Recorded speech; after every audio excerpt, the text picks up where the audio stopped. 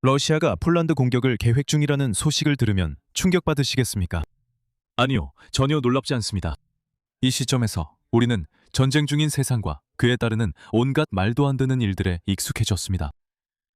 하지만 오늘이 특별한 점은 이제 러시아가 어떤 계획을 세웠는지, 그리고 크렘린이 언제 명령을 내릴지에 대한 더 구체적인 정보를 갖게 되었다는 것입니다. 이번 것은 정말 엄청납니다. 이걸 정중하게 말하려면 어떻게 해야 할까요? 우크라이나를 불안정하게 만들기 위해 고안된 대담한 전략으로 흥미로운 논리가 작용하고 있습니다. 그래서 오늘 영상에서는 5가지를 다루고 싶습니다. 첫째로, 이후에 이어질 추측들을 위한 서론으로서 정보 보고서의 출처를 살펴보겠습니다. 그 보고서가 위협에 대해 말하는 흥미로운 세부 사항을 알려드리고 전체 내용의 가능성에 대한 제 의견도 덧붙이겠습니다. 넷째로, 이것이 실제로는 미국이 폴란드를 실패하게 만들기 위해 꾸민 음모라는 음모론을 살펴보겠습니다. 마지막으로, 러시아가 왜 지금 이런 행동을 하려는지 알아보겠습니다. 먼저 이 보고서의 출처를 살펴보겠습니다. 그리고 계속 저와 함께 해주세요. 왜냐하면 우리는 지금 전원이 전원을 거치며 와전되는 상황에 놓여 있기 때문입니다. 미국 정보기관이 최초 증거를 수집한 것으로 알려졌습니다. 미국이 이전에 러시아가 우크라이나를 공격하려 한다는 사실을 이미 알고 있었다는 점을 강조해야 합니다. 이는 여러 회의적인 동맹국들이 푸틴의 위협을 진지하게 받아들이지 않았음에도 불구하고 말이죠. 한때 미국이 사실상 크렘린의 이메일을 읽고 있는 것처럼 보였고, 지난 몇 년 동안 그 상황이 달라졌다고 생각할 이유는 없습니다. 그 후 미국은 그 정보를 폴란드 대통령에게 전달했습니다. 그의 측근 중 한 명이, 아마도 그 대화 내용을 전달받은 사람이 그 정보를 유명한 폴란드 뉴스 웹사이트에 넘겼습니다. 그 후 자매 플랫폼인 텔레그래프가 이 주제에 관한 기사를 내보내면서 영어권 세계에서 더 큰 화제가 되었습니다. 이 점을 기억하세요. 러시아가 폴란드를 상대로 음모를 꾸민다는 생각은 새로운 게 아닙니다. 폴란드 외무장관과 도널드 투스크 총리 역시 이미 한동안 비슷한 말을 해오고 있습니다. 우리는 이 주제에 대해 더 많은 정보를 가지고 있습니다. 우리 중 일부는 이 주제에 대해 더 많은 정보를 갖고 있습니다. 여기서 보시다시피 이 이야기는 좌파 성향의 언론에서 보도되었지만 그 이상으로 퍼지지는 않았습니다. 게다가 보도 방식에도 상당한 차이가 있었습니다. 다시 한번 나중을 위해 기억해둬야 합니다. 우파 성향의 매체들은 그 위협을 더 심각한 문제로 해석한 반면, 좌파 성향의 매체들은 러시아가 실제로 실행할 계획이라는 확인이 아직 없다는 점을 강조했습니다. 제가 이걸 알게 된 건 오늘 다시 함께하는 스폰서 그라운드 뉴스 덕분입니다. 그라운드 뉴스의 블라인드 스폿 기능을 통해 자신의 사각지대를 보완할 수 있습니다. 이 기능은 정치적 스펙트럼 한쪽에서만 과도하게 다루는 뉴스를 강조합니다. 저는 국제 블라인드 스팟 보기 버튼을 켜서 제가 더 관심을 가질 만한 뉴스에 집중하는 것을 추천합니다. 그리고 그라운드 온 뉴스 /라인손 맵스로 가거나 화면에 있는 QR코드를 스캔하면 벤테지 플랜을 40%나 저렴하게 이용할 수 있습니다. 이 플랜을 통해 모든 정보와 추가적인 기능을 이용할 수 있습니다. 오늘 영상의 스폰서인 그라운드 뉴스에 다시 한번 감사드립니다. 그럼 러시아가 정확히 무엇을 위협하고 있는지, 혹은 위협하지 않고 있는지에 대해 알아보겠습니다. 이것은 온라인상에서 많은 사람들이 이야기했던 것처럼 전면적인 공격 계획이 아닙니다. 힌트입니다. 제발 기사 전체를 읽으시고 제목만 보고 추측하지 마세요. 오히려 러시아가 염두에 두고 있는 계획은 일종의 비정규 작전입니다. 가장 가능성이 높은 시나리오는 일부 드론이 경로를 이탈해 폴란드 영공에 진입하는 것입니다. 마치 그게 새로운 아이디어인 것처럼 말이죠. 그리고 나서 어이쿠, 드론이 발전소나 다른 중요한 기반 시설에 충돌한 것처럼 보이겠죠. 아무도 예상하지 못한 정말 불행한 우연이네요. 더 기이한 선택지는 헬리콥터가 길을 잃고 폴란드 영토로 넘어간 다음 더 많은 러시아인들이 승무원을 구하러 넘어오는 시나리오입니다. 세 번째이자 더 극단적인 가능성은 실제 하이브리드 공격으로 러시아 지상군이 칼리닝그라드나 벨라루스를 통해 폴란드에 진입하는 것입니다. 후자의 경우에는 벨라루스군이 동행할 수도 있습니다. 그게 바로 루카셴코가 우크라이나를 보고 푸틴에게 단호하게 거절한다고 말했음에도 불구하고 승인할 것처럼 보인다는 건가요? 아마도 나토가 더 만만한 목표라고 생각해서 그런 건가요? 더 깊이 들어가기 전에 앞으로 다룰 내용이 노움의 전략서와 비슷해 보일 수 있음을 미리 말씀드립니다. 하지만 시작하겠습니다.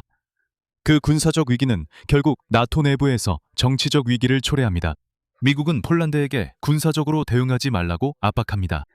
동맹은 타격을 입고 브뤼셀 내부에서는 추가적인 분열이 일어나며 이런저런 이유로 우크라이나에 대한 지원이 중단됩니다. 제가 우크라이나라고 했었나요?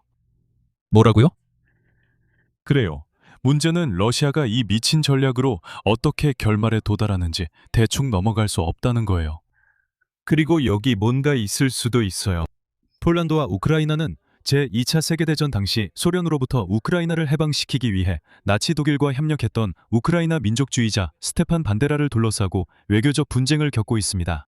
하지만 결국 그는 독일의 강제 수용소로 끌려가게 되었습니다.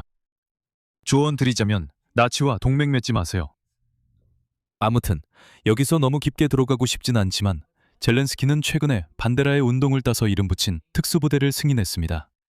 그는 자유투사로서의 경력 때문에 우크라이나의 일부 민족주의자들 사이에서 여전히 인기 있는 인물입니다. 왜냐하면 구소련의 많은 사람들이 소련이 자신들의 옛나라에 했던 일들을 정말로 싫어하기 때문입니다. 이제 그들이 독립국가가 되었으니 다시 돌아가길 원치 않습니다. 하지만 반데라의 운동 역시 폴란드 소수민족을 상대로 전쟁 범죄를 저질렀으며 그로 인해 5만에서 10만 명에 달하는 사망자가 발생했습니다. 그래서 바르샤바 사람들은 이 일에 별로 호의적이지 않습니다. 그래서 러시아의 개입이 폴란드 민족주의자들을 자극해 우크라이나를 완전히 버리게 만들 수 있음을 이해할 수 있을 것 같습니다. 그러면 동맹 다른 국가들의 혼란이 생기고 러시아는 원하는 것을 얻게 됩니다. 크렘린은 그 비정규 작전에 대해 상대가 과잉 반응하기를 노릴 수도 있습니다. 이 채널에서 자주 언급되듯 푸틴은 우크라이나에 더 많은 병력을 투입하려 합니다. 하지만 그는 국내 정치적 동의가 부족해 그렇게 할 수 없습니다. 그래서 헬리콥터 조종사가 길을 잃으면 폴란드의 그 비이성적인 전쟁광들이 5명의 무고한 러시아 군인을 죽입니다. 결론적으로 우크라이나에서의 내 전쟁을 지지해 주세요. 우리는 그곳에서 나토와 싸우고 있습니다. 그것이야말로 러시아가 헬리콥터 전략으로 어떤 진전을 이루는 유일한 방법입니다. 러시아군을 직접 죽이거나 자작극을 벌이지 않는 한 말이죠. 그렇지 않으면 러시아 헬리콥터 조종사들이 더 무능해 보일 뿐입니다. 그리고 분명히 이로 인해 브뤼셀에서 어떻게 대응할지에 대한 정치적 의견 충돌이 발생할 여지가 있으며 이는 동맹 내에 더 깊은 균열을 초래할 수도 있습니다. 아니면 알다시피 그냥 나토 5조가 발동되고 북대서양 이사회가 북대서양 지역의 안보를 회복하는 최선의 방법이 우크라이나의 백지 수표를 써주는 것이라고 결정할 수도 있습니다.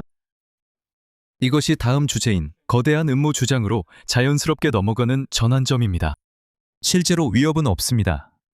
미국이 러시아 대신 이 정보를 폴란드에 유출했습니다.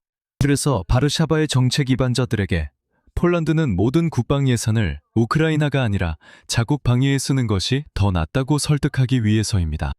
정신 차려, 우민들. 자, 이 문제는 바로 끝내죠. 발트의 안보 관계자들이 그 위협이 실제임을 확인했고 발트의 국가들은 러시아를 러시아 안에 가두는 데에만 집중하고 있습니다. 한편 정보 보고서에는 이번 공격이 유럽 국가들의 우크라이나 지원 중단을 강요하려는 목적이라는 경고도 포함됐습니다.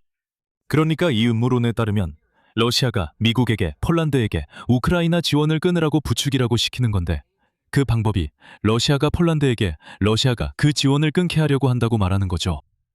오케이. 그리고 미국이 폴란드에게 러시아 군대가 국경을 넘어 마음대로 활개치도록 허락하게 만들 거라는 또 다른 연관된 음모론도 있습니다.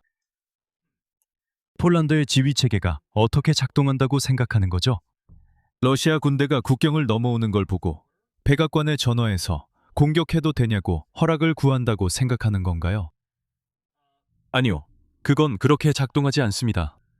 그건 기껏해야 CIA가 나토 전체를 꼭두각시처럼 조종한다는 소련식 환상 같은 이야기로 보이네요.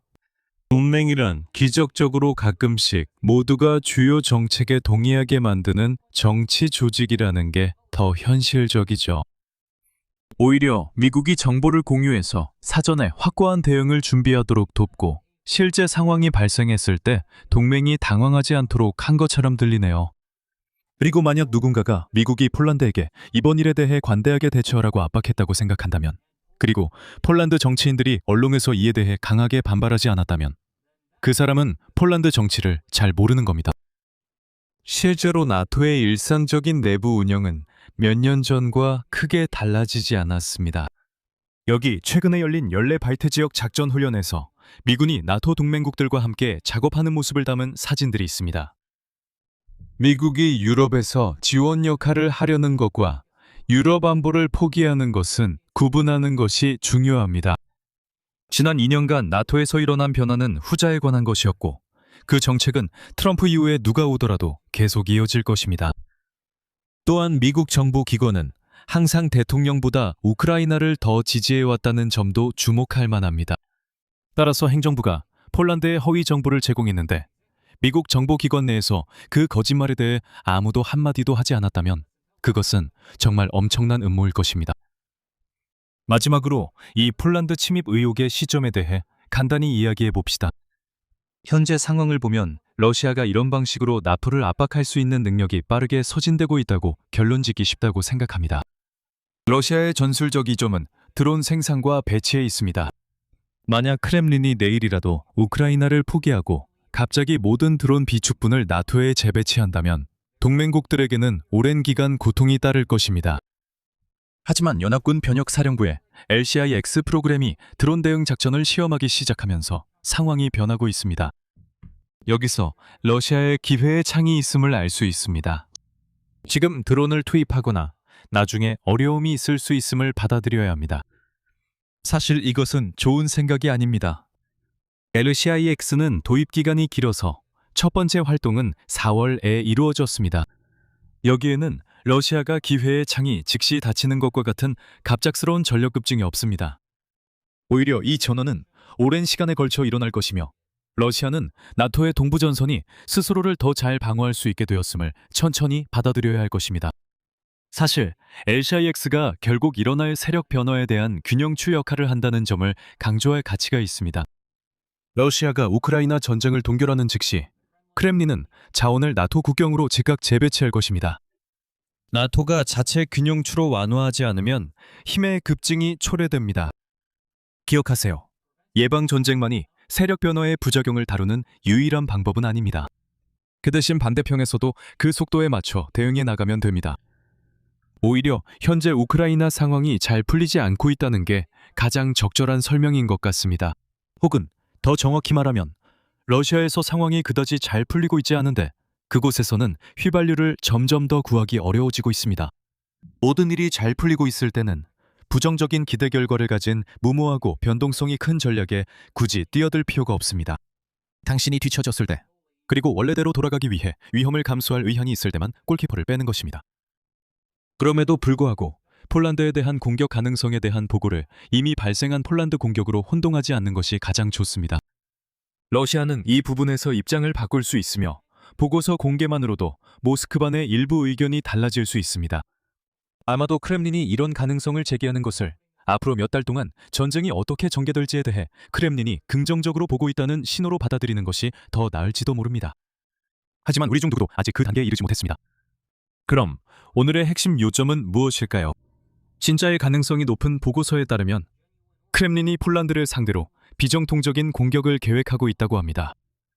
크렘린의 궁극적 목표는 우크라이나 전쟁을 강화하는 것이지만 그 경로는 여전히 불분명합니다. 적어도 그런 해석은 이 모든 것이 거대한 미국의 음모라는 생각보다는 더 그럴듯합니다. 그리고 여기서의 시기를 나토 국가들이 무엇을 하고 있는지보다는 우크라이나 전쟁에서 무슨 일이 벌어지고 있는지를 반영하는 것으로 생각하는 것이 가장 좋습니다. 오늘 영상 스폰서 그라운드 뉴스에 다시 감사드립니다. 그라운드 뉴스 /라인손맵스에 접속하거나 화면의 QR코드를 스캔하면 벤테지 플랜을 40% 할인된 가격에 이용할 수 있습니다. 또한 혹시 모르셨다면 지난 한 주 동안 제 보조 채널에 많은 시간을 들여 영상을 올렸습니다. 그곳에서 클래식 지정학 헤드라인 영상도 꼭 확인해보세요. 오늘 영상이 재미있으셨다면 좋아요와 공유, 구독 부탁드리고 내일 다시 뵙겠습니다. 몸 조심하세요.